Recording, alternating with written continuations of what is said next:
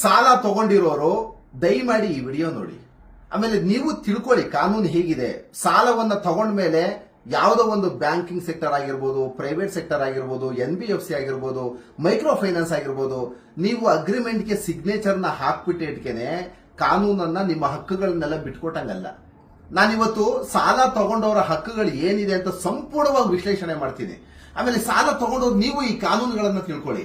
ನಿಮ್ಮ ಸ್ನೇಹಿತರಿಗೂ ಸಹ ಈ ವಿಡಿಯೋವನ್ನ ಶೇರ್ ಮಾಡಿ ದಯಮಾಡಿ. ಆಮೇಲೆ ಏನಾಗ್ಬಿಟ್ಟಿದೆ ಅಂದ್ರೆ ಇವತ್ತು ಪ್ರತಿಯೊಬ್ಬರು ಸಹ ಈ 50,000 1 ಲಕ್ಷ ಸಾಲಕ್ಕೆ ಹೆದರಿ ಸೂಸೈಡ್ ಗಳನ್ನ ಮಾಡ್ಕೊಳ್ತಿದ್ದಾರೆ. ಏನ್ರಿ ಹಣೆ ಬರ ಅದು. ಆಮೇಲೆ ಎಷ್ಟೋ ಸಲ ಫ್ಯಾಮಿಲಿಗಳು ಸಂಸಾರ ಸಮೇತ ಊರ್ ಬಿಟ್ಟು ಹೋಗ್ತಿದ್ದಾವೆ. ಇದಕ್ಕೆ ಈಗ ಕರ್ನಾಟಕ ಸರ್ಕಾರ ಒಂದಷ್ಟು ನೋಟಿಫಿಕೇಶನ್ ಗಳನ್ನ ಮಾಡ್ತಿದ್ದಾರೆ, ಕಾನೂನ ತರ್ತಾ ಇದ್ದಾರೆ. ನಮ್ಮ ಬೆಂಗಳೂರು ಕಮಿಷನರ್ ಆದ ದಯಾನಂದ್ ಅವರನ್ನು ಇವತ್ತು ಏನೋ ನೋಟಿಫಿಕೇಶನ್ ಅನ್ನು ಮಾಡ್ತೀನಿ, ಆದಷ್ಟು ಬೇಗ ಗ್ರಾಹಕರ ಸಂರಕ್ಷಣೆಗೆ ಏನೇನು ಕಾನೂನುಗಳನ್ನ ತರಬೇಕು ಆ ಕಾನೂನುಗಳನ್ನ ತರ್ತೀನಿ ಅಂತ ಹೇಳಿದ್ದಾರೆ. ಆದಷ್ಟು ಬೇಗ ಬರುತ್ತೆ. ಆದ್ರೆ ಈ ಹಿಂದೆನೆ ಆಲ್ರೆಡಿ ಎಲ್ಲಾ ಕಾನೂನುಗಳು ಸಹ ಗ್ರಾಹಕರ ಪರವಾಗಿ ಇರುವಂತದ್ದು. ದಯಮಾಡಿ ನೀವು ತಿಳ್ಕೊಳ್ಬೇಕಾಗ್ತದೆ. ಆಮೇಲೆ ಈ ಬ್ಯಾಂಕಿಂಗ್ ಸೆಕ್ಟರ್ಗಳು ಎಷ್ಟು ಮಟ್ಟಿಗೆ ನಿಮ್ಮನ್ನ ರಕ್ತವನ್ನ ಹೀರಿ ಸುಲಿಗೆ ಮಾಡ್ತಿದ್ದಾವೆ ಅಂದ್ರೆ, ಬ್ಯಾಂಕಿಂಗ್ ಸೆಕ್ಟರ್ಗೆ ನಿಮ್ಗೆ ಸರ್ವಾಧಿಕಾರವನ್ನ ಕೊಟ್ಟಿರೋರು ಯಾರ್ರಿ? ಆಮೇಲೆ ದಯಮಾಡಿ ಸಾರ್ವಜನಿಕರ ಅರ್ಥ ಮಾಡ್ಕೊಳ್ಬೇಕು. ಯಾವ್ದೋ ಒಂದು ಇಲ್ಲದೆ ಇರುವಂತದ್ದು ಒಂದು 25-30 ಪೇಜ್ಗೆ ಅಗ್ರಿಮೆಂಟ್ ಸಿಗ್ನೇಚರ್ ಹಾಕೊಟ್ಟಿರೋಕೆ ನಮ್ಮ ಹಕ್ಕುಗಳನ್ನೆಲ್ಲ ಬಿಟ್ಕೊಟ್ಟಿದೀವಿ ಅಂತಲ್ಲ. ಕಾನೂನು ಬ್ಯಾಂಕಿಂಗ್ ರೆಗ್ಯುಲೇಷನ್ ಆಕ್ಟ್ ಇದೆ, RBI ಆಕ್ಟ್ ಇದೆ. ನಮ್ಮಲ್ಲಿ ನಿಮ್ಮ ಗ್ರಾಹಕರಿಗೆ ಯಾವುದೇ ರೀತಿಯಾದಂತಹ ತೊಂದರೆ ಆದಂತ ಕ್ಷಣದಲ್ಲಿ ಆರ್ಬಿಟ್ರೇಷನ್ ಕೋರ್ಟ್ಗಳಿದೆ, ಕಮರ್ಷಿಯಲ್ ಕೋರ್ಟ್ ಇದೆ, ನಮ್ಮ ಸಿವಿಲ್ ಕೋರ್ಟ್ ಇದೆ.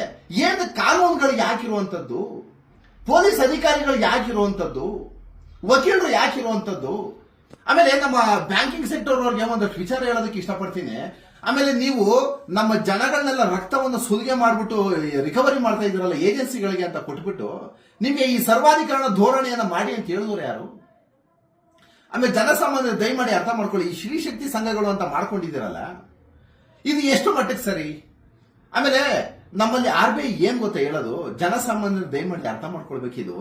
ಎಲ್ಲ ಪ್ರತಿಯೊಂದು ಬೆಂಗಳೂರಿನಿಂದ ಹಿಡಿದು ಇಡೀ ಭಾರತದಾದ್ಯಂತ ಮೈಕ್ರೋ ಫೈನಾನ್ಸ್ ಗಳು ಮಾಡ್ಕೊಂಡಿದೆ. ಎಂತ ದಂಧೆ ಗೊತ್ತಾ ಅದು? ಆಮೇಲೆ ನಮ್ಮ ಹಳ್ಳಿಗಳಲ್ಲಿ ಏನು ಶ್ರೀಶಕ್ತಿ ಸಂಘಗಳಂತೆ, ಅದ್ಯಾವುದೋ ಕಿತ್ತೋದು ಸಂಘಗಳಂತೆ, ಆಮೇಲೆ ಅದ್ಯಾವ್ದದು ಧರ್ಮಸ್ಥಳ ಸಂಘ ಅಂತೆ, ಕಾವೇರಿ ಕಲ್ಪತರು ಸಂಘ ಅಂತೆ, ಅದೇನು SSG, ಒಂದು 100 ತರ ಸಂಘಗಳಿದೆ. ನಮ್ಮಲ್ಲಿ RBI ರೂಲ್ಸ್ ಏನಂತದ್ದು ಗೊತ್ತಾ? ಯಾವುದೇ ಒಬ್ಬ ವ್ಯಕ್ತಿ ಆದಾಯಕ್ಕೆ ಗಳಿಕೆಗೆ ಸಂಬಂಧಪಟ್ಟಂತೆ ಅವನ ಆದಾಯಕ್ಕೆ ಜೀವನ ಮಾಡ್ಕೊಳ್ಳೇಬೇಕಲ್ಲ. ಈಗ ಒಂದು 50,000 ರೂಪಾಯಿ ಸಂಬಳ ಬರ್ತಾ ಇರ್ತದೆ ಅಂತ ತಿಳ್ಕೊಳ್ಳಿ.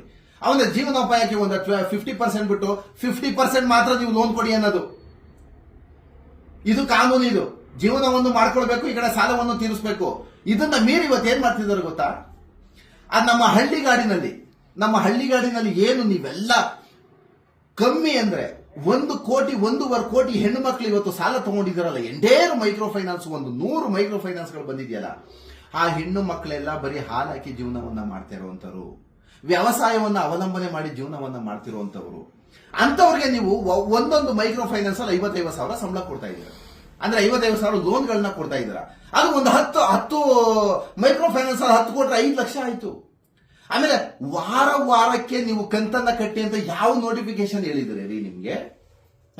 ಯಾವ್ದೊಂದು RBI ನೋಟಿಫಿಕೇಶನ್ ಹೇಳಿದ್ರೆ ನಿಮಗ್ ನೀವೇ ಎಲ್ಲ ಮಾಡ್ಕೊಬಿಟ್ಟಿದ್ದೀರಾ. RBI ಒಂದು ಲೈಸೆನ್ಸ್ ಕೊಡೋದು ಏಕೆ ಅಂದ್ರೆ, ನಿಮ್ಮಲ್ಲಿ ಬಂಡವಾಳ ಇದೆ, ನಿಮ್ಮ ಬಂಡವಾಳ ಸಾರ್ವಜನಿಕರಿಗೆ ಸಂಪರ್ಕ ಮಾಡಿ, ಸಾರ್ವಜನಿಕ ಅನುಕೂಲಕರವಾಗ್ಲಿ ನಿಮ್ಮ ದುಡ್ಡನ್ನ ಬಳಕೆ ಮಾಡಿಕೊಂಡು ಕಮ್ಮಿ ಇಂಟ್ರೆಸ್ಟ್ ಅಲ್ಲಿ ನೀವು ಗಳಿಕೆ ಮಾಡಿಕೊಂಡು ಜನಗಳಿಗೆ ಒಳ್ಳೇದಾಗ್ಲಿ ಬಿಡಿ ಅಂತಾನೆ ಕಾನೂನು ನಿಮ್ಗೆ ಅಧಿಕಾರ ಕೊಟ್ಬಿಟ್ಟು ಕೂರಿಸಿರುವಂತದ್ದು ಬ್ಯಾಂಕ್ಗೆ. ಬಟ್ ನೀವು ಮಾಡ್ತಾ ಇರೋದೇನು? ವಾರ ಕಟ್ಟಿಸ್ತೀರಾ. ಆ ವಾರದಲ್ಲಿ ಒಂದು EMI ಕಟ್ಟಲಿಲ್ಲ ಅಂದ್ರೆ ಆ ವಾರದ ಕಂತಿಗೆ ಬಡ್ಡಿ ಹಾಕ್ತಿರಲ್ಲ. ಇದು ಎಷ್ಟು ಮಟ್ಟಿಗೆ ಸರಿ?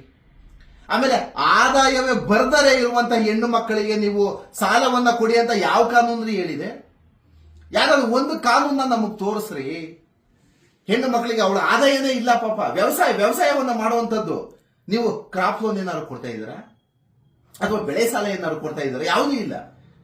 ಬರೀ ಬಡ್ಡಿದಂತೆ ವಾರ ಕಟ್ಟಿ ಅಂದ್ರೆ 10 ವಾರ 20 ವಾರ 1 ವರ್ಷಕ್ಕೆ ತೀರಿಸಬೇಕು ಅಂದ್ರೆ ಕಾನೂನು ಯಾಕಿರೋದು? ಈ ಬ್ಯಾಂಕಿಂಗ್ ಸೆಕ್ಟರ್ ಮತ್ತೆ ಏಜೆನ್ಸಿಗಳನ್ನ ಸುಮ್ಮನೆ ಬಿಡಬೇಕಾ ಕಾನೂನು? ಈಗ ಕಾನೂನು ಮಾಡ್ತಿದ್ದಾರೆ. ನಿಮಗೆಲ್ಲ ಆದಷ್ಟು ಬೇಗ ಒಳ್ಳೊಳ್ಳೆ ಶಿಕ್ಷೆಗಳಾಗ್ತದೆ. ಆಮೇಲೆ ಸಮಸ್ಯೆಗಳು ಏನಾಗ್ಬಿಟ್ಟಿದೆ ಗೊತ್ತಾ ಸ್ನೇಹಿತರೆ? ಒಂದು ನೀವೆಲ್ಲ ಅರ್ಥ ಮಾಡ್ಕೊಳ್ಳಿ. ಜನಸಾಮಾನ್ಯರು ಅಂದ್ರೆ ಏನು ಹೆಣ್ಣು ಮಕ್ಕಳಿಗೆ ಅವಳಿಗೆ ಆದಾಯನೇ ಇಲ್ಲ. ಬಡ್ಡಿಗೆ ಸಾಲ ಕೊಡ್ತಾರೆ. ಪಾಪ ಆಕೆ ಹೋಗಿ ಎಲ್ಲಿ ಕಟ್ಟಬೇಕು? 50,000 ಸಾಲ ತಗೊಳ್ಳೋದು, ಆ ಸಾಲಕ್ಕೆ ಆ ಇಟ್ಟು 50,000 ರೂಪಾಯಿ ಬಂದಿರುತ್ತಲ್ಲ ಮನೇಲಿ ಬೀರೂನಲ್ಲಿ ಇಟ್ಟಿರ್ತಾಳೆ ಪಾಪ, ಅದಕ್ಕೆ 2,000 ಕಟ್ಕೊಂಡು ಹೋಗ್ತಾ ಇರೋದು ವಾರ ಅದಕ್ಕೆ ಇಂಟ್ರೆಸ್ಟ್ ಕಟ್ಟಿ ಸೇರ್ಸೋದು. ಆಮೇಲೆ ಆ 50,000 ರೂಪಾಯಿ ಸಾಲವನ್ನ ತೀರ್ಸೋದಕ್ಕೆ ಎಲ್ಲ 10,000 20,000 ಕಮಿಟ್ಮೆಂಟ್ ಆಗ್ಬಿಡುತ್ತೆ. ಆ ಸಾಲವನ್ನ ತೀರ್ಸಕ್ಕೆ ಇನ್ನೊಂದು ಸ್ತ್ರೀ ಶಕ್ತಿ ಸಂಘದಲ್ಲಿ ಸಾಲ ಮಾಡೋದು, ಅದನ್ನ ತೀರ್ಸಕ್ಕೆ ಇನ್ನೊಂದು ಸಂಘದಲ್ಲಿ ಸಾಲ ಮಾಡುವಂತದ್ದು. ಆಮೇಲೆ ಒಂದು ಬ್ಯಾಂಕ್ ಅಲ್ಲಿ ಸಾಲವನ್ನ ತೀರ್ಸಕ್ ಆಗಲ್ಲ ಅಂದ್ಮೇಲೆ, ಒಂದು ಬ್ಯಾಂಕ್ ಒಂದು ಸಲ ಲೋನ್ ಅನ್ನ ಕೊಟ್ಟ ಮೇಲೆ ಅದೇ ವ್ಯಕ್ತಿಯ ಮೇಲೆ 24 ಸಲ ಸಾಲ ಕೊಡೋದು ನಿಮ್ಗೆ ಯಾವನ್ರಿ ರೈಟ್ಸ್ ಕೊಟ್ಟಿರುವಂತದ್ದು? ಒಂದು ಸಲ ಸಾಲ ಕಟ್ಟೋದಕ್ಕೆ ಅವ್ರಿಗೆ ಆಗ್ತಾ ಇಲ್ಲ, ಅಲ್ಲಿ 24 ಬ್ಯಾಂಕ್ಗಳಲ್ಲಿ ಸಾಲ ಕೊಡ್ತೀರಾ, ನಿಮ್ಗೆ ಯಾರು ಉಗಿಯೋರಿಲ್ಲ ಹೊಡೆಯೋರಿಲ್ಲ ನಿಮ್ಗೆ ಬ್ಯಾಂಕ್ ಅವ್ರಿಗೆ. ಆಮೇಲೆ ಆ ರಿಕವರಿ ಏಜೆನ್ಸಿಗಳು ನಿಮ್ ಮನೆ ಹತ್ರ ಬಂದು ಗಲಾಟೆ ಮಾಡಿದ್ರು ಹೊಡೆದು ಬೂಟಲ್ಲಿ ಆ ಲೋಫರ್ಗಳಿಗೆ ನೀವ್ಯಾಕೆ ನೀವು ಕಂಗೆಡ್ತಾ ಇದ್ದೀರಾ? ನೀವ್ಯಾಕೆ ಹೆದರ್ಕೊಂಡು ಊರ್ ಬಿಟ್ಟು ಹೋಗ್ತಾ ಇದ್ದೀರಾ? ಇವತ್ತು ನಾನು ನೋಡಿದೀನಿ, ಯಾವ್ದು ಹಾಸನದಲ್ಲಿ ಒಬ್ರು ಸೂಸೈಡ್ ಮಾಡ್ಕೊಂಡವ್ರು. ಯಾರು ನಿಮ್ಗೆ ಹೇಳಿರೋದು?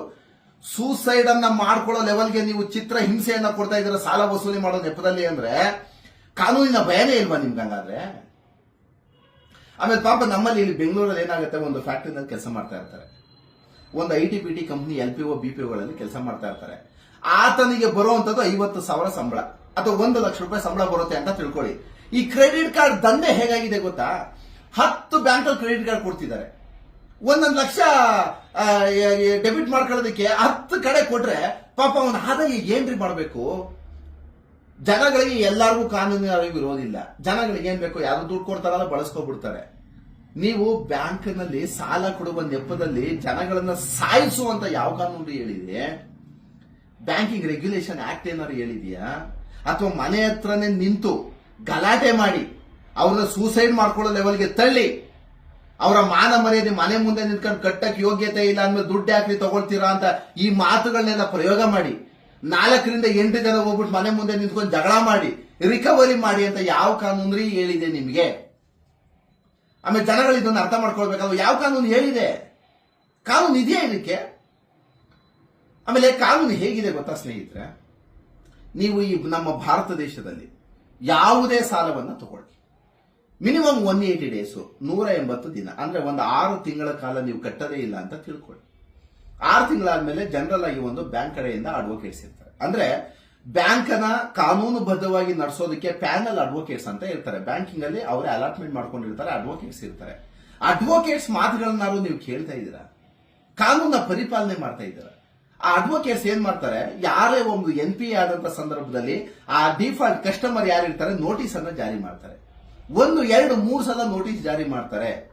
ಆ ನೋಟಿಸ್ಗೂ ಆತ ಕಟ್ಟೋದಕ್ಕೆ ಸಾಧ್ಯ ಇಲ್ಲ ಅಂದಂತ ಸಂದರ್ಭದಲ್ಲಿ ನಮ್ಮಲ್ಲಿ ಆರ್ಬಿಟ್ರೇಷನ್ ಕೋರ್ಟ್ಗಳಿದೆ, ಕಮರ್ಷಿಯಲ್ ಕೋರ್ಟ್ಗಳಿದೆ, DRT ಕೋರ್ಟ್ಗಳಿದೆ, ಸಿವಿಲ್ ಕೋರ್ಟ್ ಇದೆ. ರಿಕವರಿ ಕಾನೂನುಬದ್ಧವಾಗಿ ಒಬ್ಬ ವ್ಯಕ್ತಿಗೆ ನೀವು ಕೊಟ್ಟ ಮೇಲೆ ಕಾನೂನುಬದ್ಧವಾಗಿ ರಿಕವರಿ ಮಾಡೋದಕ್ಕೆ ಬ್ಯಾಂಕಿಂಗ್ ರೆಗ್ಯುಲೇಷನ್ ಆಕ್ಟ್ ಹೇಳುವಂತದ್ದು, RBI ಆಕ್ಟ್ ಹೇಳುವಂತದ್ದು, ನೋಟಿಫಿಕೇಶನ್ ಪ್ರತಿದಿನ ಬರ್ತಾ ಇರ್ತದೆ. ರಿಕವರಿನ ಹೇಗ್ ಮಾಡಬೇಕು, DRAಗಳು ಹೇಗ್ ಮಾಡಬೇಕು, ಏಜೆನ್ಸಿಗಳು ಹೇಗ್ ಮಾಡಬೇಕು ಅನ್ನೋದು ಪ್ರತಿ ಸಲ ನೋಟಿಫಿಕೇಶನ್ಗಳನ್ನ ಕೊಡ್ತಾನೆ ಇರ್ತಾರೆ. ಆ 9 ತಿಂಗಳು ನಿಮ್ಗೆ ಆಗಲ್ಲ ಅಂದ್ಮೇಲೆ ಅವರು ಕೇಸ್ಗಳನ್ನ ಹಾಕೊಳ್ತಾರೆ. ಕೇಸ್ ಏನು ಸುಮ್ಮನೆ ಹಾಕೊಳ್ಳೋದಲ್ಲ ನೀವು. ಆ ಕಸ್ಟಮರೇ ಕೋರ್ಟ್ ಫೀಸನ್ನು ಅವರೇ ಕಟ್ಟಬೇಕು, ಲಾಯರ್ ಫೀಸು ಅವರೇ ಕಟ್ಟಬೇಕು, ನೋಟಿಸ್ ಫೀಸು ಅವರೇ ಕಟ್ಟಬೇಕು, ಎಲ್ಲ ಆ ಕೇಸ್ಗೆ ಸಂಬಂಧಪಟ್ಟಂತೆ ಎಲ್ಲವೂ ಅವರೇ ಕಟ್ಟಬೇಕು ಅಂದ್ಮೇಲೆ ನೀವು ಕಾನೂನುಬದ್ಧವಾಗಿ ಅವರ ಹತ್ರ ರಿಕವರಿ ಮಾಡಬೇಕಾ? ಅಥವಾ ಈ ಕಮಿಷನ್ ಆಸೆಗೆ ಏಜೆನ್ಸಿಗಳು ಕೊಟ್ಟಿ ಆ ಏಜೆನ್ಸಿಯವರಿಗೆ ನಯಾ ಪೈಸದ ವಿದ್ಯೆಗಳಿರಲ್ಲ ರೀ. ಆಮೇಲೆ ಇಡೀ ಕರ್ನಾಟಕದ ಜನತೆ ಅರ್ಥ ಮಾಡ್ಕೊಳ್ಳಿ, ನಾನು ಏನು ಸ್ಟೇಟ್ಮೆಂಟ್ ಕೊಡ್ತಾ ಇದ್ದೀನಿ ಅಂತ. ನೀವು ಪ್ರತಿಯೊಬ್ರು ಅನುಭವಿಸಿರ್ತೀರ. ಆ ಏಜೆನ್ಸಿಗಳು ಅಂತ ಬರ್ತಾರಲ್ಲ 100% ಗುಂಡಾಗಿರಿಗಳಿಗೇನೆ ಅವರು ಏಜೆನ್ಸಿ ಕೊಡುವಂತದ್ದು. ಒಳ್ಳೆ ದೆವ್ವಗಳ ತರ ಇರ್ತಾರೆ. ಹಿಂಗೆ ನೀವು 4 ಜನ ಅಕ್ಕಪಕ್ಕದವರೆಲ್ಲ 4 ಜನ ಸುಖ ಗುದ್ಬಿಟ್ರೆ ಓಡ್ಬಿಡ್ತಾರೆ ಅವರು. ಅವ್ರು ಯಾರೋ 4 ಜನ ರೌಡಿಗಳು ಬರ್ತಾರೆ ಅಂತ ನೀವು ಎದುರ್ಕೊಳ್ತೀರಾ. ನೀವು ಊರ್ ಬಿಟ್ಟು ಹೋಗ್ತಾ ಇದ್ದೀರಾ. ಸಾಲ ಏನ್ ಗೊತ್ತೇನ್ರಿ, ಸಾಲ ತಗೊಂಡಿರೋರ್ ಮೇಲೆ ಸರ್ಕಾರ ಇರುವಂತದ್ದು, ಸಾಲ ತಗೊಂಡಿರೋರ್ ಮೇಲೆ ಬ್ಯಾಂಕ್ಗಳಿರುವಂತದ್ದು. ನೀವೇ ಸಾಲ ತಗೊಂಡಿದ್ದಾರೆ, ಬ್ಯಾಂಕ್ ಎಲ್ರಿ ಇರುತ್ತೆ? ಈಗ ಬ್ಯಾಂಕ್ಗಳ ನಷ್ಟ ಅಕಸ್ಮಾತ್ ನಿಮ್ ಕೈಯಲ್ಲಿ ಆಗ್ಲೇ ಇಲ್ಲ, ಒಬ್ಬ ಪರ್ಸನಲ್ ಅನ್ಸೆಕ್ಯೂರ್ಡ್ ಲೋನ್ಗಳನ್ನ ತಗೊಂಡಿರ್ತಾರೆ ಅಂತ ತಿಳ್ಕೊಳ್ಳಿ. 1,00,000 ಜನ ತಗೊಂಡಿದ್ದೀರಾ ಅಂತ ತಿಳ್ಕೊಳ್ಳಿ, 1,00,000 ಜನನು ಸತ್ತೋದ್ರು ಅಂತ ತಿಳ್ಕೊಳ್ಳಿ. ಇದನ್ನ ಸರಿ ಮಾಡ್ಕೊಳ್ಳೋದಕ್ಕೇನೆ ಕೇಂದ್ರ ಸರ್ಕಾರ ಇರುವಂತದ್ದು. ಯಾವನು 10,000 ಕೋಟಿ 20,000 ಕೋಟಿ ತಗೊಂಡೋಗ್ಬಿಟ್ಟ ಅಂದ್ರೆ ಅದರ ನಷ್ಟವನ್ನ ತುಂಬಿಸೋದಕ್ಕೆ ಕೇಂದ್ರ ಸರ್ಕಾರ ಇರುತ್ತೆ. ಯಾರೋ ಪಾಪ ಜನಸಾಮಾನ್ಯ 50,000 1 ಲಕ್ಷ ತಗೊಂಡು ಕಟ್ಟಕ್ ಆಗೋದೇ ಇಲ್ಲ, ಡೆತ್ ಆಗಿರ್ತಾರೆ, ಏನೋ ಒಂದಾಗಿರುತ್ತೆ. ಈ ತರ ಎಲ್ಲಾ ಸುಸಂಬದ್ಧವಾಗಿ ಕಾನೂನುಗಳನ್ನ ರಚನೆ ಮಾಡಿರೋದು ಅಷ್ಟು ಸುಲಭವಾಗಿ ಮಾಡಿಲ್ಲ. ಈ ಯಾವಾಗ ಕಟ್ಟದೇ ಆಗಲ್ಲ ಅನ್ನೋದಕ್ಕೆ ಅದಕ್ಕೂ ಹೇಗ್ ಮಾಡ್ಬೇಕು ಅಂತ ಕಾನೂನುಗಳಿದೆ. ಬ್ಯಾಂಕ್ ಹೇಗ್ ತಮ್ಮೇಲೆ ಲಾಸ್ ಆಗ್ಬಿಡಲ್ಲ, ನೀವಿದ್ರೇನೆ ಬ್ಯಾಂಕು. ಆಮೇಲೆ ಕಾನೂನನ್ನ ನಾವು ತಿಳ್ಕೊಳ್ಬೇಕಾಗ್ತದೆ. ನೀವು ಕಟ್ಟದೇ ಇಲ್ಲ ಅಂತ ತಿಳ್ಕೊಳ್ಳಿ, ಅದಕ್ಕೆ ಆದಂತ ಕಾನೂನುಗಳಿದೆ. ಕಟ್ಟದೇ ಇಲ್ಲ ಅನ್ನೋ ಕಾನೂನು ಏನ್ ಬಿಡಲ್ಲ. ಆಮೇಲೆ ಅದೇನಾಗುತ್ತೆ ಅಂದ್ರೆ ಕೋರ್ಟಲ್ಲಿ ಏನಾಗುತ್ತೆ, ನಿಮ್ಗೆ ಅವಕಾಶ ಮಾಡ್ಕೊಡ್ತಾರೆ. ಯಾವುದೇ ಕೋರ್ಟಲ್ಲಿ ಬ್ಯಾಂಕಿಂಗ್ ಸೆಕ್ಟರ್ ಅವರು ಕೇಸ್ಗಳನ್ನ ಹಾಕೊಳ್ಳಿ, ಕೋರ್ಟ್ ಕಾಲಾವಕಾಶ ಕೊಡುತ್ತೆ. 3 ತಿಂಗಳು, 6 ತಿಂಗಳು, 1 ವರ್ಷ, 2 ವರ್ಷ, 3 ವರ್ಷದ ಗಂಟ ಟೈಮ್ ಕೊಟ್ಟಿದೆ. ನಿಮ್ಗೆ ಇಷ್ಟಿಷ್ಟು ಕಟ್ಕೊಂಡು ಹೋಗಿ ಆಯ್ತು ಅಂತ. ಲೋನ್ಗಳನ್ನ ರೆಗ್ಯುಲರೈಸೇಷನ್ ಮಾಡಿಕೊಡುವಂತ ಕೇಸ್ಗಳು ನಮ್ಮಲ್ಲಿ ಲಕ್ಷ ಕೇಸ್ಗಳಿದೆ. ಕೋರ್ಟ್ ನಿಮ್ಮನ್ನು ಏಕ್ತಮ್ ಜೈಲ್ಗೆ ಹಾಕ್ಬಿಡುತ್ತಾ? ಆಮೇಲೆ ಜನಗಳಿಗೆ ನಾನು ಹೇಳುವಂಥದ್ದು, ಆಮೇಲೆ ಯಾವುದೋ ಲೋನ್ ಕಟ್ಟಿಲ್ಲ ಅಂತ ಪೊಲೀಸರು ನಿಮಗೆ ಖಡಾಖಂಡಿತವಾಗಿ ಕಾಲ್ ಮಾಡೋದಕ್ಕೆ ಕಾನೂನಲ್ಲಿ ಅವಕಾಶನೇ ಇಲ್ಲ. ಕಾನೂನಲ್ಲಿ ನೀವು ಲೋನ್ ಕಟ್ಟಿಲ್ಲ, ಬಂದು ಲೋನ್ ಕ್ಲಿಯರ್ ಮಾಡಿ ಅಂತ ಪೊಲೀಸರಿಗೆ 1 ನಯಾ ಪೈಸದ ಅಧಿಕಾರವನ್ನ ಕೊಟ್ಟಿಲ್ಲ. ದಯಮಾಡಿ ಅರ್ಥ ಮಾಡ್ಕೊಳ್ಳಿ ಇದನ್ನ. ಅದ್ಯಾರೋ ಪೊಲೀಸರು ಕಾಲ್ ಮಾಡ್ಬಿಡ್ತಾರೆ, ಲಾಯರ್ಗಳು ಕಾಲ್ ಮಾಡ್ಬಿಡ್ತಾರೆ. ಏನ್ರಿ ಅರ್ಥ? ಪಾಪ ಜನ ಯಾಕೆ ಕೂರ್ಬಿಟ್ಟು ಹೋಗ್ತಾ ಇದ್ದೀರಾ ನೀವು? ಯಾಕೆ ಸೂಸೈಡ್ಗಳು ಮಾಡ್ಕೋತಾ ಇದ್ದೀರಾ? ಅದೇನು 50,000 1 ಲಕ್ಷ ಸಾಲ? ಅದೇನು ಆಮೇಲೆ commercial loan, business loan, personal loan, credit card loan, vehicle loan, home loan, ಬರೀ ಸಾಲದಲ್ಲೇ ಜೀವನ ಮಾಡ್ತಾವ್ರೆ ಜನ. ಮತ್ತೆ ಸಾಲದಲ್ಲಿ ಜೀವನ ಮಾಡೋರಿಗೆ ಬ್ಯಾಂಕಿಂಗ್ ಸೆಕ್ಟರ್ಗಳು ಅವ್ರಿಗೆ ಜೀವನವನ್ನ ಕಲ್ಪಿಸ್ಕೊಡೋದಕ್ಕೆ ಅವಕಾಶ ಮಾಡ್ಕೊಡ್ಬೇಕೇ ಹೊರತು ಜೀವನವನ್ನ ಸರ್ವನಾಶ ಮಾಡಿ ರಿಕವರಿ ಮಾಡೋದಲ್ಲ ಬ್ಯಾಂಕಿಂಗ್ ಸೆಕ್ಟರ್ಗಳದ್ದು ಕೆಲಸ. ಎಲ್ಲೂ ಹೋಗಲ್ಲ ನಿಮ್ ದುಡ್ಡು. ಕೇಸ್ ಹಾಕೊಳ್ತೀರಾ, ಕಾನೂನು ಬದ್ವಾ ವಾಪಸ್ ಬರ್ತಾರೆ. ಇಲ್ಲಾರ ಕಸ್ಟಡಿ ತಗೊಳ್ಳಿ. ಅವ್ರಿಗೆ ಜೀವನ ಮಾಡೋದಕ್ಕೆ ಕಟ್ಟೋದಕ್ಕೆ ಅವಕಾಶ ಮಾಡ್ಕೊಡ್ಬೇಕಲ್ವಾ? ಇಲ್ಲದೆ ಇರೋ ಕಾನೂನುಗಳೆಲ್ಲ ಯಾಕೆ ಮಾಡ್ತಾ ಇದ್ದೀರಾ ನೀವು? ಆಮೇಲೆ ಶ್ರೀ ಶಕ್ತಿ ಸಂಘಗಳಿಗೆ ಆದಾಯವೇ ಇಲ್ಲದೆ ಇರೋ ಹೆಣ್ಣು ಮಕ್ಕಳಿಗೆ ಸಾಲ ಕೊಡೋದನ್ನ ನಿಲ್ಸಿ ಬ್ಯಾಂಕಿಂಗ್ ಸೆಕ್ಟರ್ ಅವರು. ಆದಾಯನೇ ಬರಲ್ಲ ಅಂದ್ಮೇಲೆ ಇನ್ನೇನೇನ್ ಮಾಡ್ತಾರ ಅವರು? ಮನೆ ಹತ್ರ ಹೋಗೋದು, ಗಲಾಟೆ ಮಾಡೋದು, ರೋಡಿಸಮ್ ಮಾಡೋದು, ಗುಂಡಾಗಿರಿ ಮಾಡೋದು, ಹೋಗ್ಬಿಟ್ಟು ಬಾಯಿಗೆ ಬಂದಂಗೆ ಬೈಯೋದು. ಅಲ್ಲರಿ, ಸಾಲ ಕೊಟ್ಟವರು ನೇರ ಗ್ರಾಹಕ ಮತ್ತು ಬ್ಯಾಂಕಿಂಗ್ ನೇರವಾದ ಹೊಣೆಗಾರಿಕೆ. ಮಧ್ಯದ ನಿಮ್ದೇ ಆದಿದ್ದು ಏಜೆನ್ಸಿ ಯಾರು? ಇದು ಕಾನೂನಲ್ಲಿ ಏನಾದ್ರು ಏಜೆನ್ಸಿಗಳಿಗೆ ಎಕ್ಸ್ಟ್ರಾ ಏನಾದ್ರು ಇದು ಕೊಟ್ಬಿಟ್ಟಿದಾರ?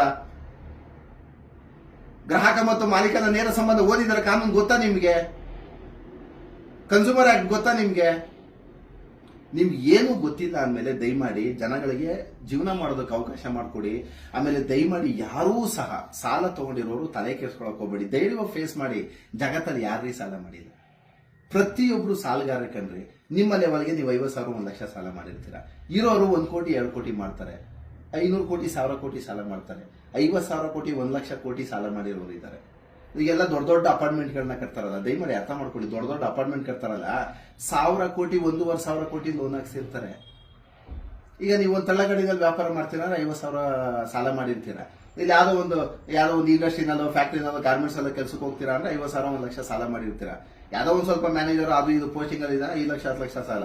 ಅಂದ್ರೆ ಪ್ರತಿಯೊಬ್ಬರು ಸಹ ಸಾಲವನ್ನೇ ಮಾಡಿ ಜೀವನ ಮಾಡ್ಕೋಬೇಕು. ಸಾಲ ಒಬ್ಬ ವ್ಯಕ್ತಿಗೆ ಅವಶ್ಯಕವಾದ ಅಂಶ, ಬಟ್ ಆದ್ರೆ ಅದನ್ನ ನಾವು ಯಾವ ರೀತಿ ತಗೊಳ್ಬೇಕು, ನಮ್ಮ ಆದಾಯ ಎಷ್ಟಿದೆ, ನಮ್ಮ ವೆಚ್ಚ ಎಷ್ಟಿದೆ. ಆಮೇಲೆ ಅವ್ನು ಯಾವನು ಕೆಲಸನೇ ಮಾಡಲ್ಲ, ಕಾರ್ ತಗೋಬಿಡೋದು. ಅವ್ನು ಯಾವನ್ ಆದಾಯನೇ ಇಲ್ಲ, ಲೋನ್ ಹಾಕ್ಸ್ಬಿಟ್ಟು ಮನೆ ತಗೋಬಿಡೋದು, ಲೋನ್ ಹಾಕ್ಸ್ಬಿಟ್ಟು ಸೈಟ್ ತಗೊಳ್ಳೋದು. ಅಂತವ್ರಿಗೆ ನಿಮ್ಗೆ ಬಂದು ರಿಕವರಿ ಮಾಡಿದ್ರೆ ಇನ್ನೇನ್ ಮಾಡ್ತಾರೆ ಅವರು? ಆಮೇಲೆ ನಮ್ಮ ಆದಾಯಕ್ಕೆ ತಕ್ಕಂತೆ ನಮ್ಮ ವೆಚ್ಚಗಳಿರ್ಬೇಕು, ಆದಾಯಕ್ಕೆ ತಕ್ಕಂತೆ ನಮ್ಮ ಪ್ಲಾನಿಂಗ್ ಇರಬೇಕು. ಅವ್ರು ಯಾರೋ ಏಜೆನ್ಸಿಗಳು ಬಂದು ಮನೆ ಮುಂದೆ ಗಲಾಟೆ ಮಾಡಿ ನೀವು ಯಾಕೆ ಅವಕಾಶ ಮಾಡ್ಕೊಡ್ತೀರಾ? ಆಮೇಲೆ ನಮ್ಮ ಜನಗಳಿಗೆ ಬುದ್ಧಿ ಕಲ್ತ್ಕೋಬೇಕು. ಆಮೇಲೆ ಏನ್ ಜೀವನ, ಬೆಳಗ್ಗೆ ಎದ್ರೆ ಸಾಲ, ಗಾಡಿ ಸಾಲ, ಕಾರ್ ಸಾಲ, ಲೋನ್ ಸಾಲ, ಅದ್ಯಾವುದೋ ಮೊಬೈಲ್ ಕೆಲಸನೇ ಇಲ್ಲ ರೀ, ಕೆಲಸನೇ ಇಲ್ಲ. ಬರ್ತಾ ಇರೋದು 15,000 20,000 ಸಂಬಳ, 1.5 ಲಕ್ಷ ಕೊಟ್ಟು ಐಫೋನೇ ತಗೋಬೇಕಂತೆ. ಅದ್ಯಾವ್ದು 2.5 ಲಕ್ಷ 3 ಲಕ್ಷ ಕೊಟ್ಟು ಬುಲೆಟೇ ತಗೋಬೇಕಂತೆ. ಯಾಕೆ ಬೇಕಿದು? ಆಮೇಲೆ ನಮ್ಗೆ ಎಷ್ಟಿದೆ ಅದೇ ದೊಡ್ಡವ್ರು ಹೇಳಿಲ್ವಾ, ಹಾಸಿಗೆ ಇದ್ದಷ್ಟು ಕಾಲ್ ಚಾಚು ಅಂತ. ಅದನ್ನ ನೋಡ್ಕೊಂಡು ನಾವು ಜೀವನ ಮಾಡ್ಬೇಕಾಗ್ತದೆ. ಆಮೇಲೆ ಸಾಲ ತಗೊಂಡಿರೋರು ಏನ್ ತಲೆ ಕೆಡಿಸ್ಕೋಬೇಡಿ. ನಿಮ್ಮನ್ನ ಸಂರಕ್ಷಣೆ ಮಾಡೋದಕ್ಕೆ ನ್ಯಾಯಾಲಯಗಳಿರುವಂತದ್ದು. ಸಾಲಗಾರರನ್ನ ಸಂರಕ್ಷಣೆ ಮಾಡೋದಕ್ಕೆ ಕೋರ್ಟು, ನ್ಯಾಯಾಲಯ, ಪೊಲೀಸರು ಎಲ್ಲ ಇರುವಂತದ್ದು. ಇಷ್ಟೆಲ್ಲಾ ಕಾನೂನಿನ ಅಂಶಗಳನ್ನ ತಿಳ್ಕೊಂಡು ಜೀವನ ಮಾಡೋದನ್ನ ಆಗೋಯ್ತು. ನೀವ್ ಯಾರು ಎದುರಬೇಕಾಗಿಲ್ಲ. ಕೊಡೋದೇ ಇಲ್ಲ, ಅದೇನ್ ಮಾಡ್ಕೋರೆ ಅವ್ರು ಕೊಡ್ಕೋಯ್ತಾರೆ. ಕೋರ್ಟ್ ಜಡ್ಜ್ ಮುಂದೆ ಒಂಚೂರು ಅವಕಾಶ ಮಾಡ್ಕೊಡಿ ಅಂದ್ರೆ ಅವಕಾಶ ಮಾಡ್ಕೊಡ್ತಾರೆ. ಯಾವ ನ್ಯಾಯಾಲಯ ತಾನೇ ನಿಮ್ಗೆ ಇವತ್ತು ಕಟ್ಟಬೇಕು, ಇಲ್ದಿರೋ ಜೈಲ್ಗೆ ಹಾಕ್ಬಿಡ್ತೀನಿ ಅಂದ್ರೆ ಯಾವ್ದನ್ನು ಒಂದು ಕೋರ್ಟ್ ಹೇಳುತ್ತೇನ್ರಿ ಆ ತರ? ಅದಕ್ಕೆ ಆದಂತ ಪ್ರೊಸೀಡಿಂಗ್ಸ್ ಇದೆ, ಟ್ರಯಲ್ ಇದೆ. ಅದನ್ನ ಮಾಡಿದಂತ ತಕ್ಷಣ ಎಷ್ಟಾಗುತ್ತೆ ಅಷ್ಟು ಕಟ್ತಾರೆ, ಕೋರ್ಟ್ ಅವಕಾಶ ಮಾಡಿಕೊಡುತ್ತೆ ನಿಮ್ಗೆ. ಯಾವ ನ್ಯಾಯಾಧೀಶ ಸಹ ಇವತ್ತಿಂಗಂತ ಇವತ್ತು ಕಟ್ಲಿ ನಾನು ಜೈಲ್ಗೆ ಹಾಕ್ತೀನಿ ಅಂತ ಯಾವ business loan, commercial loan, personal ಲೋನ್ಗಳಲ್ಲಿ ಹೇಳೋದಿಲ್ಲ. ಅದಕ್ಕೆ ಟ್ರೈನ್ ಇರುತ್ತೆ, ಒಂದ್ ಟೈಮ್ ತಗೊಂಡ್ ಕಟ್ಟಿದ್ರಾಯ್ತು. ನೀವ ಅದು ಕಾನೂನೇ ಗೊತ್ತಿಲ್ಲ ನೀವು ಊರ್ ಬಿಟ್ಟು ಹೋಗುವಂಥದ್ದು, ನೇಣು ಹಾಕೊಳ್ಳುವಂಥದ್ದು ದಯಮಾಡಿ ಮಾಡಬೇಡಿ ಸ್ನೇಹಿತರೆ. ಆಮೇಲೆ ಈ ವಿಡಿಯೋವನ್ನ ನೀವು ತಿಳ್ಕೊಳ್ಳಿ, ಅವರು ತಿಳ್ಕೊಳ್ಳಿ. ಯಾವುದೇ ಕಾರಣಕ್ಕೂ ಒಂಚೂರು ತಲೆ ಕೆಡಿಸ್ಕೊಬಿಡಿ. ಇವತ್ತಿಂದ ನಿಮ್ಗೆ ಏನಾದ್ರು ಜಾಸ್ತಿ ಪ್ರಾಬ್ಲಮ್ ಮಾಡಿದ್ರೆ ಸ್ಟೇಷನ್ ಹೋಗಿ ಕಂಪ್ಲೇಂಟ್ ಕೊಡಿ. ಕಾನೂನು ಬದ್ಧವಾಗಿ ಏನಿದೆ ಕೋರ್ಟ್ಗೆ ಹೋಗಿ ರಿಕವರಿ ಮಾಡ್ಕೊಳ್ಳಿ. ಅವರು ಮನೆ ಹತ್ರ ಬರೋದು, ಗಲಾಟೆ ಮಾಡೋದು, ಮತ್ತೊಂದು ಮಗದೊಂದು ಹಾಕ್ಬಿಡ್ದು. ಆಮೇಲೆ ನೀವು ತಲೆ ಕೆಡಿಸ್ಕೋಬಾರ್ದು. ಬಂದ್ರೆ ವಾರ್ಡ್ ಓಡಿಸ್ರಿ. ಕಾನೂನು ಇರ್ಬೇಕದ್ರಲ್ಲಿ. ಬಂದ ಏಕಾಏಕಿ ಮಾತಾಡ್ತಾರೆ, ಒಂದು ವಿಡಿಯೋ ಮಾಡ್ಕೊಂಡು ತಗೊಂಡೋಗಿ ಕೊಟ್ರೆ ಕೇಸ್ ಆಗ್ತದೆ. Final 4, final 6 ಕೇಸ್ಗಳಾಗ್ತಾರೆ. ಆಮೇಲೆ ಅವೆಲ್ಲ ತಿಳ್ಕೊಳ್ಬೇಕಾಗ್ತದೆ ಸ್ನೇಹಿತರೆ. ಹಾಗಾಗಿ ದಯಮಾಡಿ ಸಾಲ ತಗೊಂಡಿರೋರೇನು ತಲೆ ಕೆಡಿಸ್ಕೋಬೇಡಿ, ಧೈರ್ಯವಾಗಿ ಜೀವನ ಮಾಡಿ. ಸಾಲ ಪ್ರತಿ ಸಲ ಪ್ರತಿಯೊಬ್ರು ತಗೊಳ್ತಾರೆ. ಇವತ್ತು ಚೆನ್ನಾಗಿದ್ರೆ ನಾಳೆ ಚೆನ್ನಾಗಿರಲ್ಲ, ಇವತ್ತು ಚೆನ್ನಾಗಿಲ್ಲದೆ ಅವರು ನಾಳೆ ತುಂಬಾ ಚೆನ್ನಾಗಿ ದುಡ್ಡು ಮಾಡಿದ್ದಾರೆ. ಅಂತ ಉದಾಹರಣೆಗಳು ನಮ್ಮ ಸಮಾಜದಲ್ಲಿ ಬೇಜಾನಿದೆ. ಹಾಗಾಗಿ ಯಾರು ಈ ಸಾಲ ತಲೆ ಕೆಡಿಸ್ಕೊಳ್ಬೇಡಿ, ಆರಾಮ ಜೀವನ ಮಾಡಿ. ನಿಮ್ಮನ್ನ ಸಂರಕ್ಷಣೆ ಮಾಡೋದಕ್ಕೆ ಕಾನೂನಿದೆ. ಕಾನೂನಿನ ಮೂಲಕ ನೀವೇನ್ ಮಾಡಬೇಕು ಮಾಡ್ಕೊಳ್ಳಿ ಅಂತ ಹೇಳ್ತಾ ಸ್ನೇಹಿತರೆ ನಾನು ಮಾತು ಮುಗಿಸ್ತೀನಿ. Thank you.